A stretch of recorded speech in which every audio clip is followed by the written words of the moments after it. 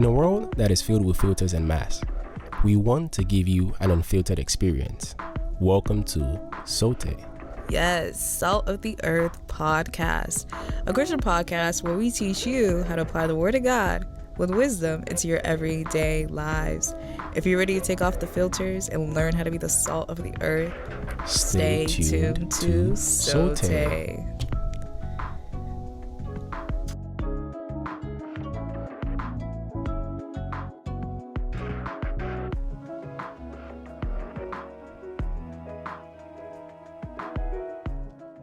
Welcome everyone again to another episode of Soté podcast. Welcome. Yes, we ended off on a long conversation of our dating. first episode that's been 50 minutes. I'm quite surprised. I think we You think there's been a longer one then? Yeah. I think the first season we're going like the average was maybe like 45 minutes. I don't know. Yeah, but imagine said like this one was like 50 minutes. I was like, wow. Yeah. And we started off not having a lot of hope. We're like, yeah. Well, you started off hopeful. I was the think one. this small as a mustard seed and we made it. I was the one who started off with like, let's just put everything in one episode. Yeah. So and then Temi came in with the bars it's on the end. It's God. Yes, God was like, I'm gonna prove you wrong, Temi. Yeah. But I know we talked a lot about red flags and we didn't really touch on. So have we even finished talking about red I didn't flags? even finish my list. Okay. Like I was leaving the tame ones for the beginning. Yeah, but I think for me, I was able to hash out all of the things I wanted to talk about. I think submission for red flags. Yeah, I think submission was like the main one. Yeah. That was like the only thing I had, to be honest, because I was depending on you to carry the team. Tell me, no, it's okay. We're team together. But if you do have any more before we actually go to the green flags, and I know we said we're going to talk about dating apps. Yes, that's a big one too. Yeah. Okay. The other one that, like, at least for me as a girl, I feel like, I mean, I don't want to say, like, guys don't go through it, but I feel like it's more on girls than the pressure's on guys, but just guys who don't respect your boundaries. So if he's, like, off the jump, like, like, for me, like, as a Christian, like, naturally, like, I make it pretty known pretty early on that I'm having sex before marriage. And some guys are like, oh yeah, I'm a believer as well, so like I agree with that. And then some guys are like, oh, but like nothing at all. I'm like, yeah, nothing, absolutely nothing, and so like some will try to like push that boundary. And so, like, over time, I came up with another boundary of just, like, I just don't kiss before marriage. And then that led to a lot of backlash, there you go. And like some guys will be like, oh, like I understand the no sex before marriage, but man, no kissing, like that's crazy, like why would you want to do that? So like for me, like a big red flag is like if I tell you that and you're just like freaking out already, like then obviously you're not ready to have that sacrifice of like self-control and be like, okay, this person is worth it, even though it's gonna be a while before I get to do these things. She's not saying forever she's never gonna do these things. It's just when she knows that, okay, we are a married couple and we're in that bound unity, then she's open to it. So if a guy hears that and he's like, oh, I'm just gonna push it, because I've had some guys be like, oh, we'll see, we'll find out. I'm like, next, we're good. I'm good. Next person. And the reason why I do have that is because I don't want to look back, like when I'm married, look back at all the people that I've been in relationships with and be like, man, like I've kissed this person, I've done this with this person, and that, like, I just don't want to have that feeling of just feeling like, oh, I've just gone around the whole block and finally settled when I'm at a particular age when I want to settle down. So, like, it's just something where I just want to have that something that's, like, pure between me and my husband, and it's just exclusively for the two of us.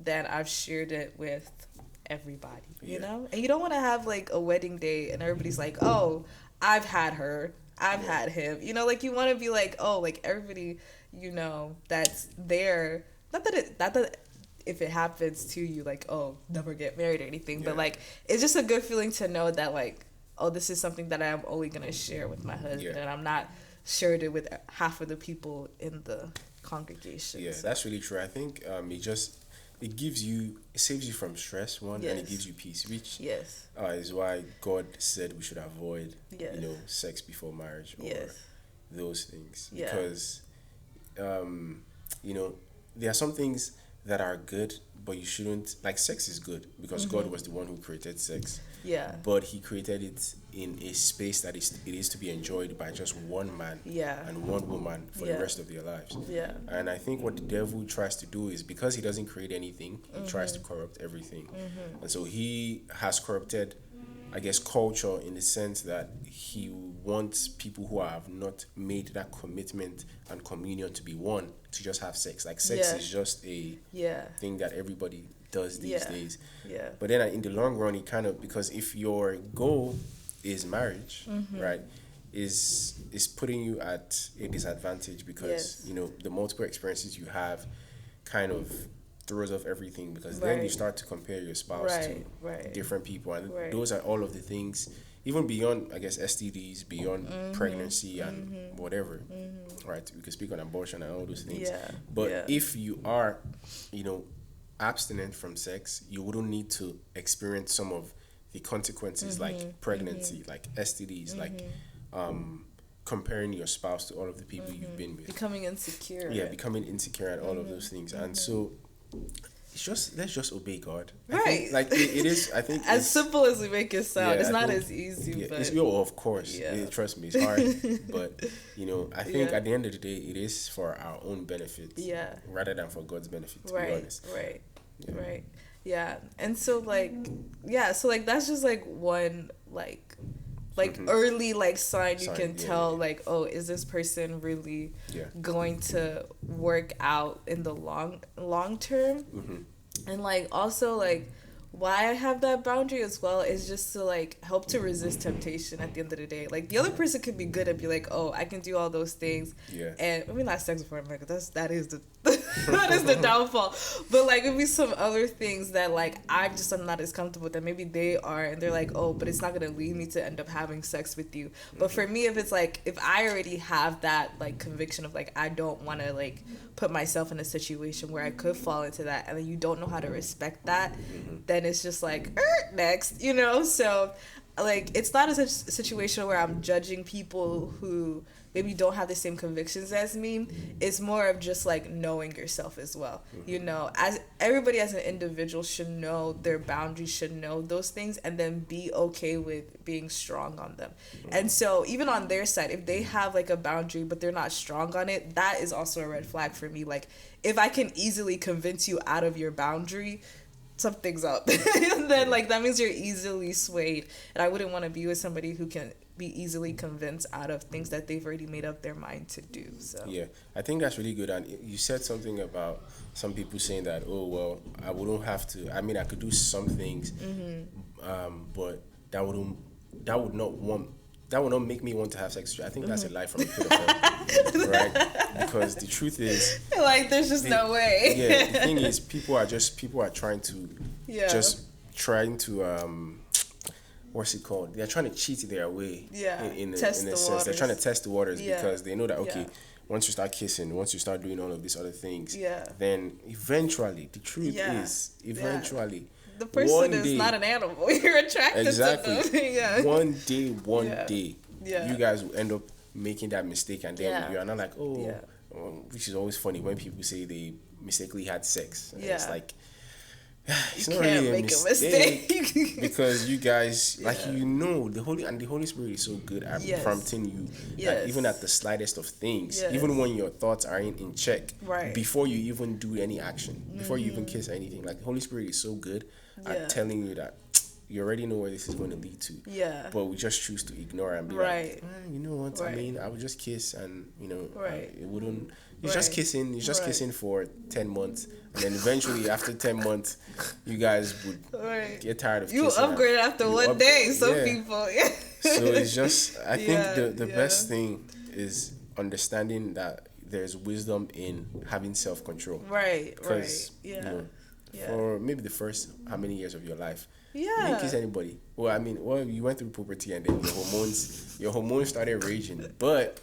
You know, we're called to have self-control. And to be honest, I didn't used to even be convicted about the kissing thing until, you know, maybe recently, 5, 6, 7 months ago. And I was like, I mean, because the thing is, I heard a teaching about it, and I was like, The reason is because first off, when you people are kissing, you're not just kissing. It eventually leads to something that you don't want to happen. So one is setting that boundary. Two is like that person isn't your spouse. And just like how, let's say, I could maybe shake somebody who isn't my spouse. I could hug somebody who isn't my spouse. But I can't go and kiss another man's wife. I would hope you would. Right? So in that way, people try to diminish kissing as something that's not intimate.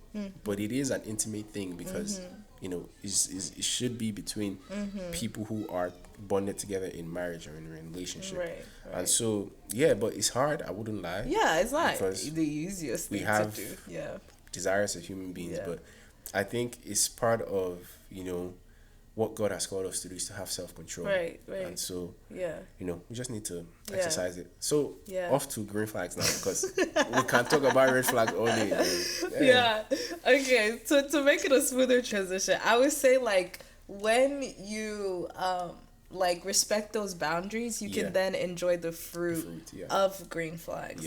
You know, like, if you're like, man, like, everybody that I meet is all those red flags, like, I'm never gonna meet somebody that is a green flag. But if you stay true to your boundaries and what you're avoiding, eventually you're going to meet those people who live up to those things, you know, and you're gonna be so much happier that you waited for that right person.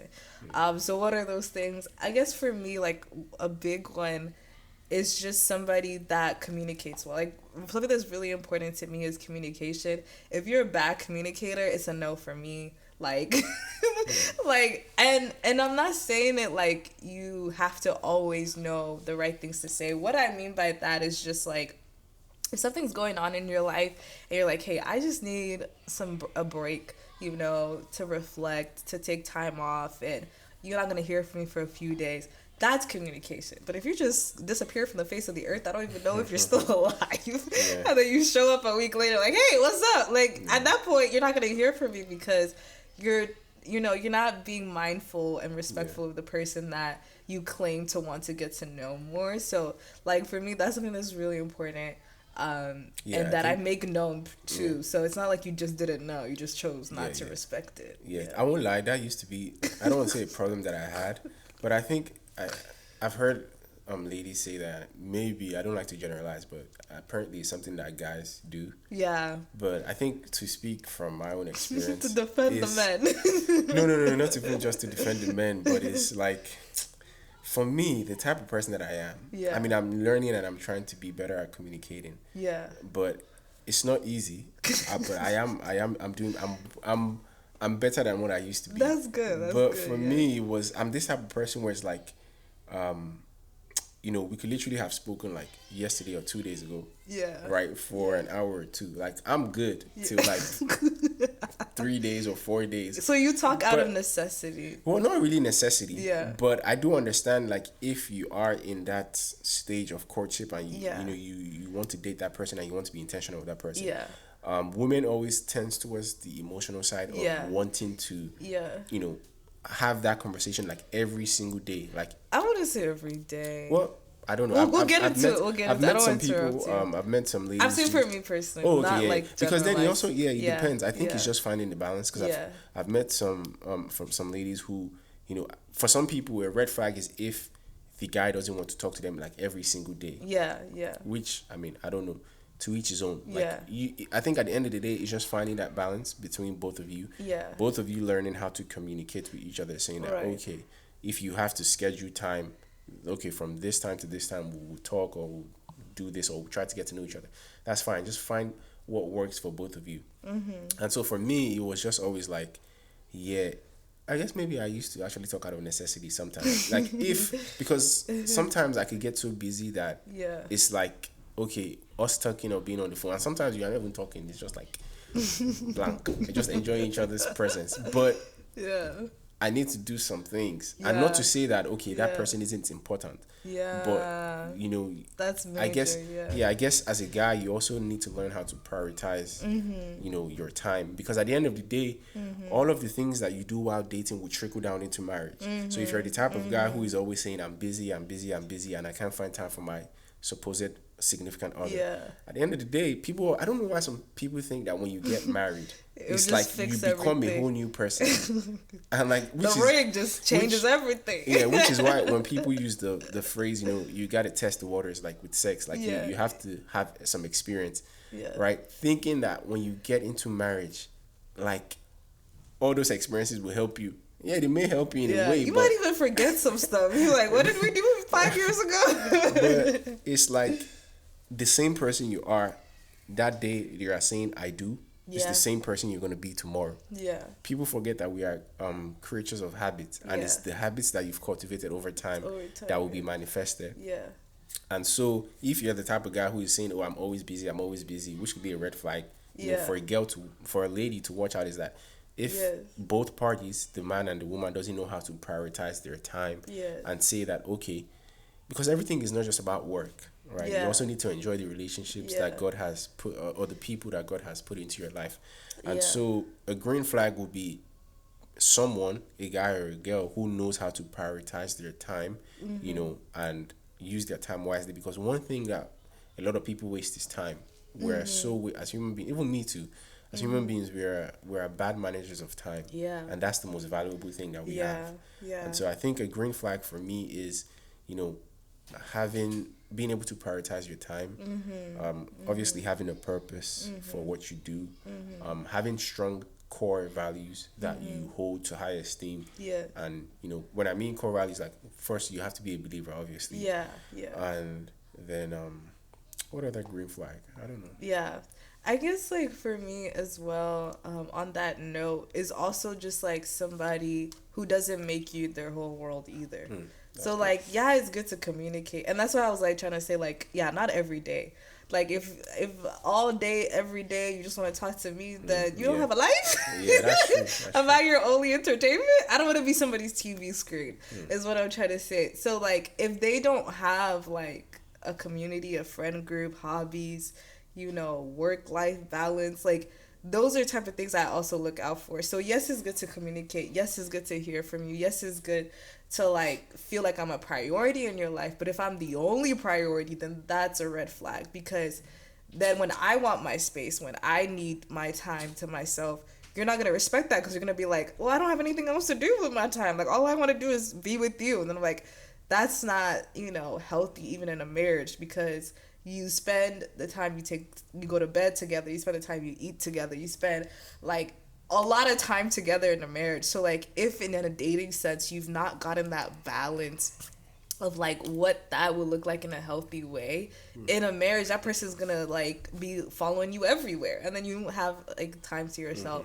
And, like, for full transparency, that used to be, like, a big thing that used to scare me in a marriage. Is like, man, I'm always going to be around this person. Yeah. Like, I'm never going to have any space. Yeah. But, like, over time, I learned that, like, like, married couples spend a lot of time together, but they also have other things that they do outside of their spouse. Like, they have hobbies, they have friends, they have other things that they do. And so it's not like you're stuck to this person for the rest of your life. And so if somebody's already trying to stick to me and we're not even married, I'm okay, you know. So, like, I know I'm a fun time, but not that fun, like, you know. So I think that's important too, because it also goes back to you being whole as an individual. Yeah. So that way, I think I spoke about it in the last episode. Yeah. That way, it's like you are not just relying or depending on that person, because the good thing about you guys, you both being whole and 100% is you are able to pour into each other. And the beauty of it is, if both of us are half full, 50-50, if I pour into you, then I am totally drained. And you need to be 100% by yourself.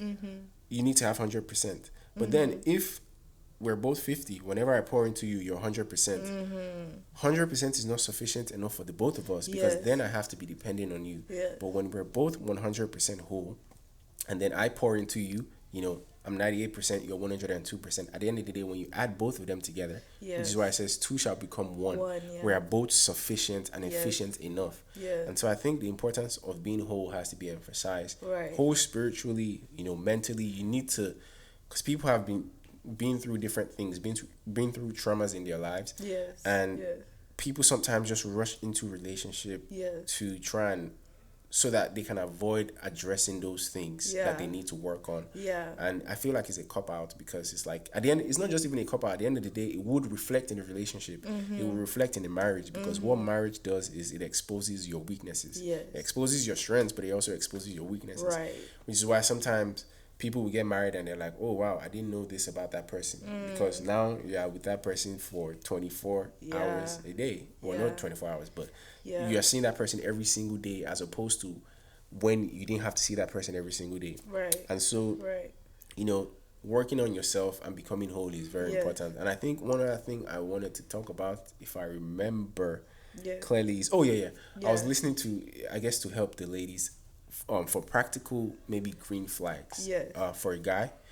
I was listening to like a teaching on relationship and stuff, and I think for ladies, things that you can look out for is, one is, does he, I'm going to steal your words, does he enjoy being in God's presence? You said not to, be with someone Todd's words. Yeah. And then ultimately God's words. Anyways. So I think, and it all goes back to Genesis. I think Genesis is honestly the most profound book in the Bible. Ooh, like the first two chapters. All right. Once you understand, like, don't let me just say two. Like, maybe the first 5-10 chapters. In fact, the whole Bible in itself is profound. Yes. But there's so much revelation in Genesis 1 and 2 and 3 for our lives as human beings. Yeah. And it goes back to, Genesis, when, God created the man and the woman. It's like he established some things in place before he gave him the woman to be his helper. Right? And he established, one, the man was in God's presence. Two, he gave the man his word. And so I guess green flags to look out for is he somebody that delights being in God's presence? One. And I think vice versa too. Is she somebody that delights being in God's presence? Then two, is this somebody that enjoys God's word? Like, has God given the person word? Three, work. Right? He gave Adam something to do. He had to be productive. He said, I've given you this land and everything. He said to plant in the land and to make it fruitful. Well, he gave that mandate to both of them, to make it fruitful and make it multiply. Right? Does he, and when I say work, I don't just mean does he have a job, because your job is different from your work. And that's a whole other, I don't want to go off of that tangent, but work basically in a sense is purpose, the vision. What is the purpose and vision that God has given this man for your family? Right. So present, word, work. Then I don't remember. But then he now brought the woman and was like, it is not good for this man to be alone, so I'm going to find him a helper to, help him. And I think it's very profound in the sense that it shows place. He gave him, I think, place to be. So which is the earth. Makes sense. But I think it's very profound, because when God made that statement of it's not good for the man to be alone, so I'm going to make him a helper. And I think this is a really strong argument even against, against the word, okay, let me rephrase it. When God said that it is not good for the man to be alone, because sometimes when women hear the word helper, they think it means they are less equal or they are not as good as the man. It doesn't point to you being less equal. For me, I think it points more to Adam's insufficiency. Because the only person that will need a helper is somebody that can't meet the task that has been assigned to them. I wouldn't need a helper if I could do everything. And so God is so wise, because he knew when he was saying those words, he knew that thousands of years down the line, there are going to be a group of people and there's going to be a certain culture that would be making women feel like they are subordinate than men. And because of that, there will now be rebellion against his word, which is why sometimes, a lot of times, you see, I guess, modern women are opposed to the words of God when it comes to submission, which is where all of this whole issue of submission comes into play. And so he was so wise to use those words and says, it is not good for the man to be alone, because he needs somebody to help him. So if he was sufficient, alone by himself, God wouldn't have created anybody to help him. And I think it's very good, even as a man, to understand that my job is not to have dominion over my wife or to be controlling her, every single time. Right? My job is to love her, is to protect her, is to recognize that without her, I wouldn't even be able to attain some things. And it's so profound because even when you speak to married couples, especially, speaking to married men, because I'm a guy, you hear them say stuff like, man, I didn't know I would have been able to do this, this, and this if my wife hadn't come into my life. And that's because she's there for a reason. She's there as a helper for you to, it's just like how when the children of Israel were going to war, and God said that as long as Moses' hand was up, right, the children of Israel will win. And whenever his hand came down, they were losing. Aaron was there as a helper to help raise up his hand. Right. And so if Aaron wasn't there, the children of Israel would have lost. Right. And so would you now say that Aaron wasn't equal to Moses? Yeah. No, because he, in a sense, was even more vital than Moses. Because, Moses could raise up his hand for maybe an hour maximum. But after that hour, what if they are still fighting for like 5-6 hours? So as a guy, it makes me humble and have humility to understand that, when I do get married, my wife is not just this toy that I'm just going to be controlling or having dominion over. This is somebody that is there to help us at the end of the day, not just me, help us achieve the purpose that God has destined or planned for our family. Right. And I think it's a good mindset to have both for the man and the woman, is understanding that it is a partnership that you both are going into. And you two are literally becoming one in every sense, not just sexually, but in every sense and in every aspect of life. You two are becoming one. And the goal should be finding ways in which both of you can use your strengths efficiently, to get the best out of the relationship. Yeah. Wow. That was so good. I liked the analogies that you made and everything. Something that I was also thinking about was, when you were talking about the person also needs to be whole. Like, a part of being whole is also being healed. If you're trying to enter a relationship without proper healing, you're gonna end up, hurting the other person. And so, like, a green flag is somebody who has truly worked on themselves and, like, allow God to heal them from past trauma, broken generational curses.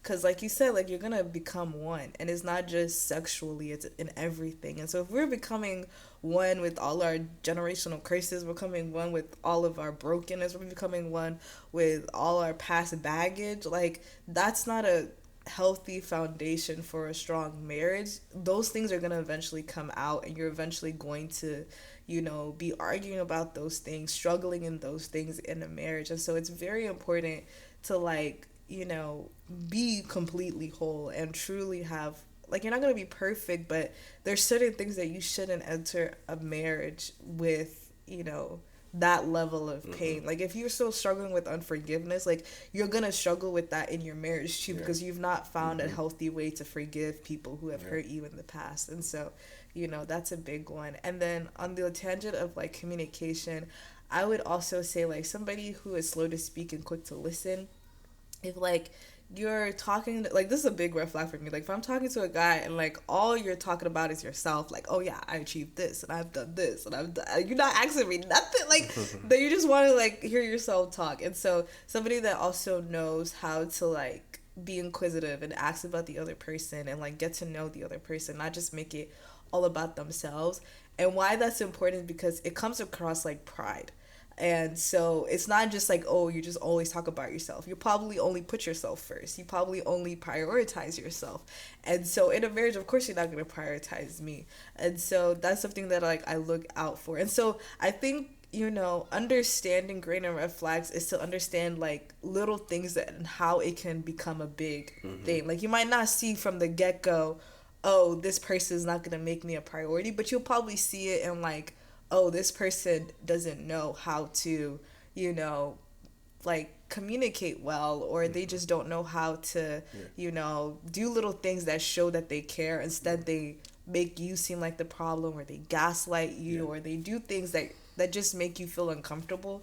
Don't ignore those little things, or if they are doing good things, like, take note of those things and approach them more and, like, get to know them more because of those good things. And then the last thing that I wanted to talk about is domestic violence is a big thing, in marriages, and like, you know, it can go both ways. And so a green flag is also somebody like I talked about earlier, boundaries. Like somebody doesn't really respect your boundaries, like that can trickle into other things like domestic violence and stuff. And so if somebody doesn't know how to control, well, if somebody, like, we're on green flag. So if somebody knows how to control their anger, to me, that's a green flag, because I know I can approach you and talk about things with you, and you're not going to explode on me. If, like, every little thing that I bring up, you know, like, you can handle criticism well, like constructive criticism. But if you're like, oh, why are you saying I'm like this? I'm like, oh, okay, let me take note of that, because that's, you know, a bit scary. So, as women, your safety is the utmost importance. And so don't ignore little things like that, you know, a guy who doesn't respect your boundaries, or a guy who has anger issues, or a guy who is just prideful, because that could be the difference between, you know, your safety in the long run. So, and you feeling autonomous, having your autonomy. Okay. Yeah, that's really good. I think I don't really have any other thing to add. I just think, you know, a good indicator for, or a good litmus test that we could use as believers, is always the fruit of the Spirit. Right. Because love, joy, peace, kindness, all of those things. Goodness, faithfulness, gentleness, self-control. So, red flags, green flags. Yes. The thing is, I always say that, you know, we always see the red flags. So we just have to be mindful. And we have to be patient. And if you have a community, they can also bring it exactly. out They could always, and I think, learning to have good role models of people who are married, right, helps, because those people could be mentors for you and your significant other. Right, even after you're married. Even after you, because all of the things that you go through are things that they most likely have gone through. Right. And then that puts you at an advantage, because you are accountable to someone, and when you feel like giving up, you know, those people will be there to push you and to encourage you and say, hey, this was what happened too when I was a young couple. Right. This was how we walked through it. Right. And I think that's really important. Right. Yeah. Right. So that's dating apps. Oh, dating apps. Yeah. I guess to just end. Yeah. Right. I don't think there's anything wrong with dating apps. Yeah. It's just how do you use it, because in the same way we could say there are things wrong with Instagram, or there are things wrong with Twitter. There's always going to be the good and bad. Yeah. So it is just your responsibility to understand how to use those things. Yeah. Because the truth is, we live in a digital age, right? We live in a world that is totally different from what our parents lived in, and even down to, you know, our forefathers and generations down. We live in a world that everything, 80% of the thing we do is online. Yeah. So it's like, you know, if you truly want to put yourself out there, and let's say you're trying to find somebody to be with, that is also another gateway or avenue for you to meet people. Yeah. Because that was what it was intended for. It was intended for you to meet new people. Right. It's just that, again, the devil could corrupt things, and then it's, okay, what do you do when you meet those new people? Are you just meeting people and maybe using them for a free meal, or are you just meeting people and that's tough. Are you just on there to get a free meal, or are you just there to just have sex with, you know, multiple people? It's like, what are you using it for? It's a good avenue for you to meet people, but also, when even on those apps, what do you put? What's the word? Making it known. Are you making it known? Exactly. Are you making it known that, okay, this is what you're looking for? Right. Or are you living to a double life? Right. So I don't think there's anything wrong with it. I just think is, you know, having the wisdom to navigate those things in a godly way. Yeah. My stance on it is, like, personally, I don't use it because, like, I just feel like there's not a lot of substance to it. Not that I'm saying, like, nobody should use it. It's just, like, the effort to find one good person is just exhausting. And to me, I'm just like, why bother? Yeah. But, like you said, like, it's based on how you use it. And if you're using it in a way that is productive and, like, it's not going to lead you down the path of just, like, swiping left and right and, you know, not really going on any, like not making any intention to, like, get to know people further. You're just judging them based on their looks and their appearances, but you're actually using it as an avenue to, like, okay, let me get to know these people further. Then I feel like it's okay, but I feel like the culture around them is more of just like, oh, just find somebody to hook up with.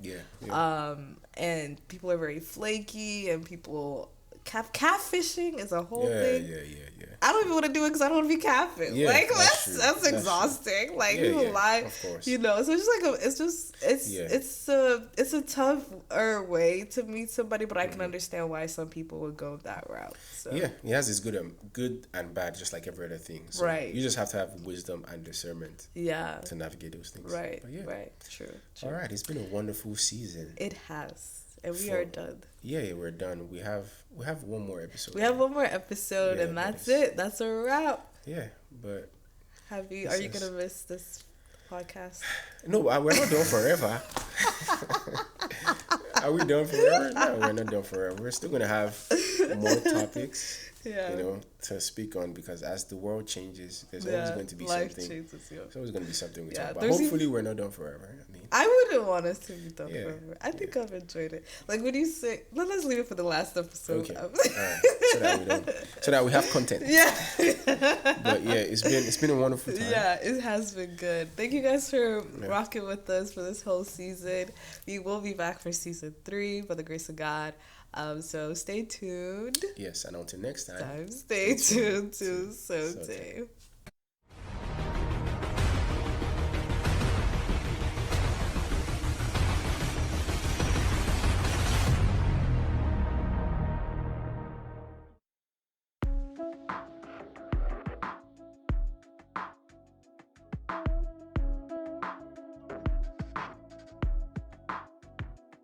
In a world that is filled with filters and masks, we want to give you an unfiltered experience.